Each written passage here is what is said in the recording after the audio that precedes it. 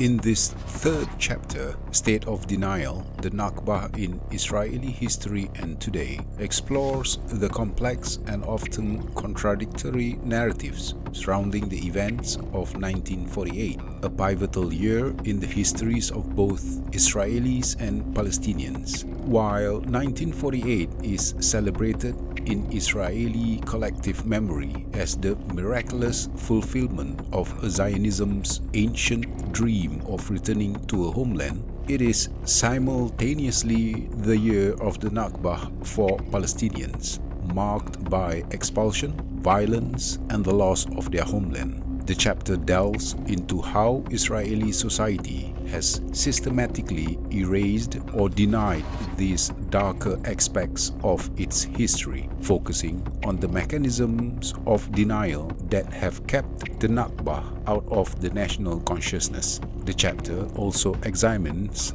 the implications of this historical amnesia for the ongoing Israeli-Palestinian conflict and the peace process. In Israeli collective memory, 1948 is revered as the year of the miraculous establishment of the State of Israel, a moment of moral purity, absolute justice, and national triumph. This narrative celebrates the military conduct of Jewish soldiers and the statesmanship of Israeli leaders as models for future generations, deeply embedding 1948 as a sacred year in Israeli society. However, this same year also marks a dark chapter in Jewish history, where actions carried out by Jews in Palestine, expulsion, massacres, and destruction, mirrored the colonialist behaviors seen in other parts of the Middle East and Africa. The chapter highlights the tension between these two narratives and the conscious efforts made by Israeli society to erase or deny the tragic events that befell the indigenous Palestinian population.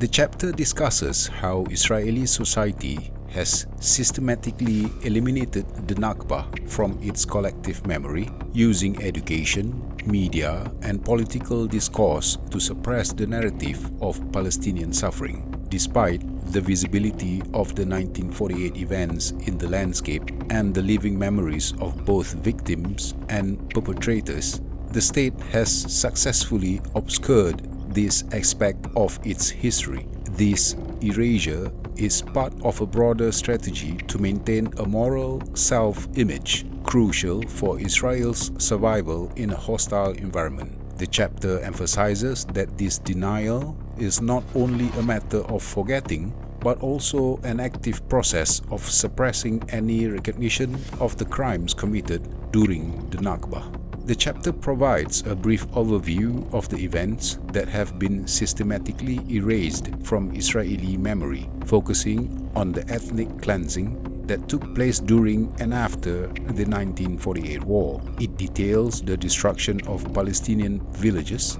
the expulsion of their inhabitants, and the renaming of these villages with Hebrew names as part of a broader strategy to Judaize the land.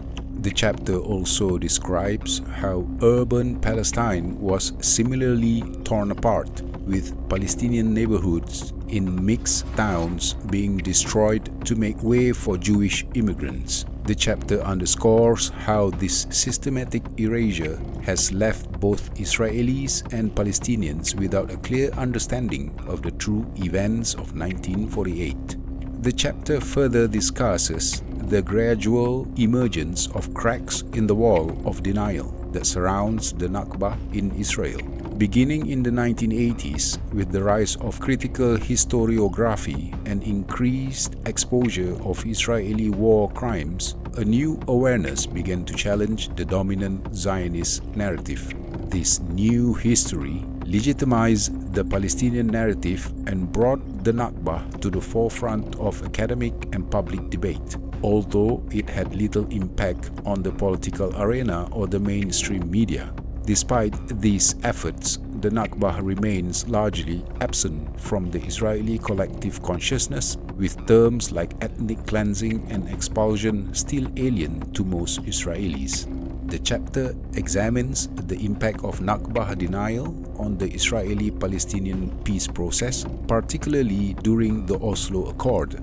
The Israeli peace camp, which played a significant role in shaping the Oslo process, largely ignored the Nakbah and the refugee question, leading to a peace framework that failed to address the root causes of the conflict. This omission contributed to the failure of the Camp David summit in 2000 and the subsequent outbreak of the Second Intifada.